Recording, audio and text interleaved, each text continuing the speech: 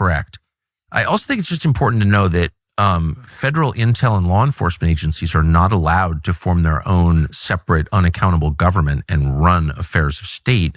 That's a nightmare scenario that puts you in a dictatorship, totally insulated from the public. I mean, voters have no way to control that. That's not a democracy. That's a dictatorship. And that's where we are. And I just feel like it's important to expose that and to punish those responsible. Without a doubt. And this is now the big fight in front of Trump too. And everyone knows it. We ran on it. We said it.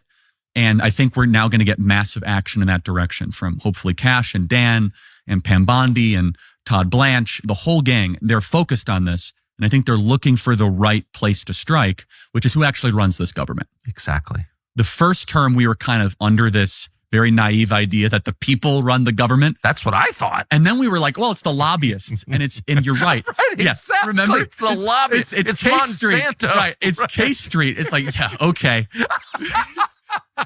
But so true. But after I think 7 or 8 years, and it's taken time, we're finally back to where a lot of the Hillsdale crowd has been, and Dr. Larry Arnn has been, to his great credit. It's the administrative state and the intel agencies. Yes. It's this fourth branch of government that the founders never created, they never designed, there was no intent for.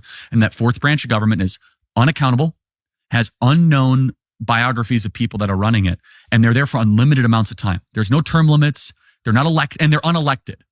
There are, and I don't want to put you in uncomfortable situations. You don't need to comment on this, just brief aside, but we actually have civilian control, the control of elected leaders over those agencies, the president, of course, but also members of Congress. Mm-hmm. We have the committees. Intelligence boards, too. Right. And we have something called the Senate Intel Committee. Right. And the person leading that, you don't have to comment on that. I think Tom Cotton's one of the most sinister people in the U.S. government. It's like your job is to make sure the CIA doesn't form its own separate, unaccountable government. And yet he's all in on CIA, where his wife used to work. Like, he is serving CIA. And what about his constituents in Arkansas? What about the rest of us? Why isn't the guy in charge of keeping the CIA's behavior within constitutional bounds accountable to the president of the United States? Why isn't he doing that? And I just find it enormous. And I know that there are lots of good things about Tom Cotton. He's a nice guy. He's very smart. But like, what the hell? Why does no one say that? And let me say this also. There are whispers that this next bill is going to be passed, whatever like perfunctory bill they have to pass, is going to try to neuter DNI. Is that they want to try to wall off CIA Liberty Crossing. wants Tulsi Gabbard, Joe Kent, and the other people, the director of National Intelligence, and that whole apparatus, which was created after 9/11. Which is hilarious because it was created by the worst people. Exactly. And now it's actually it's a central nervous system for us to look under the hood, and they know it. Right. And so again, I don't know all the details of this. Someone texted me yesterday and they said, hey, we have to make sure that Tulsi does not get basically, neutered in this whole process, that it just kind of becomes a ceremonial. She's the one person you shouldn't doge. No, in fact, Tulsi, and this is very important, the intel agencies by far have the least proportional civilian control versus careers. That's exactly right. CIA has like 3 or 4. And Ratcliffe is, fighting for his life there. And it's like, who runs, you have all these unknown amounts of people, and what are they doing? And it's a black box budget. And I believe that all roads lead back to the intel agencies on all this stuff.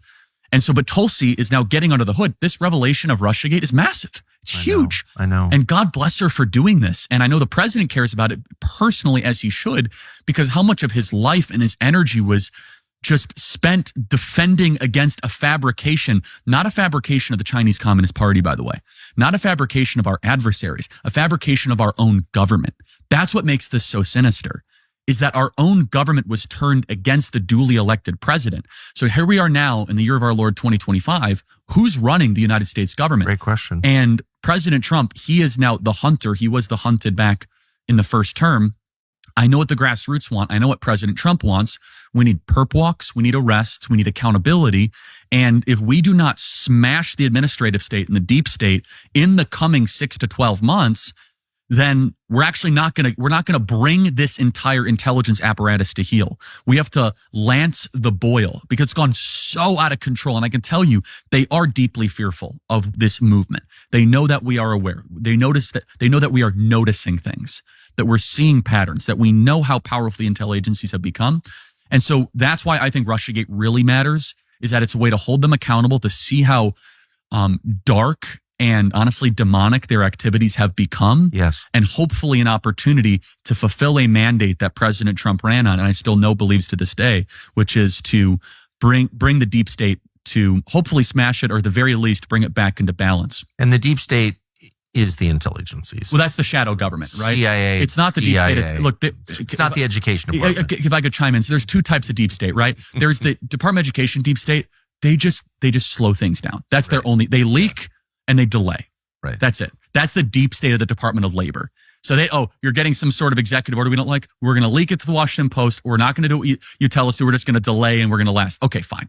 We can deal with leaking and delaying. The third of which, though, which the Department of Labor is not doing, they're not configuring their agency against the sovereign. No. Right? And they're probably not killing anyone. No, exactly. So the intel agencies in its inherited composition from Joe Biden and how it's been for the last 40 years, leaking and delaying, they're like, that's child's play. Okay. We're going to go do dirty dossiers. We're going to spy. We're going to employ feds. We're going to use special agents, double agents. We're going to use Five Eyes. We're going to rely on our foreign partners to spy on Americans domestically because we can't do that, and they'll share the intelligence. And so a lot of focus kind of goes on, let's just say, the lazy slop of the people at the Department of Interior. Yeah. Okay, fine, we can clean that up. God bless the people that want to do that. But if we do not focus the energy of this movement on the administrative state, then we are going to have elections in name only. And I know the president understands this because he lived through a thwarted first term largely because of the intel agencies and what we would like to call the shadow government. No, Trump has 97 charges against him all in. Yes. And we still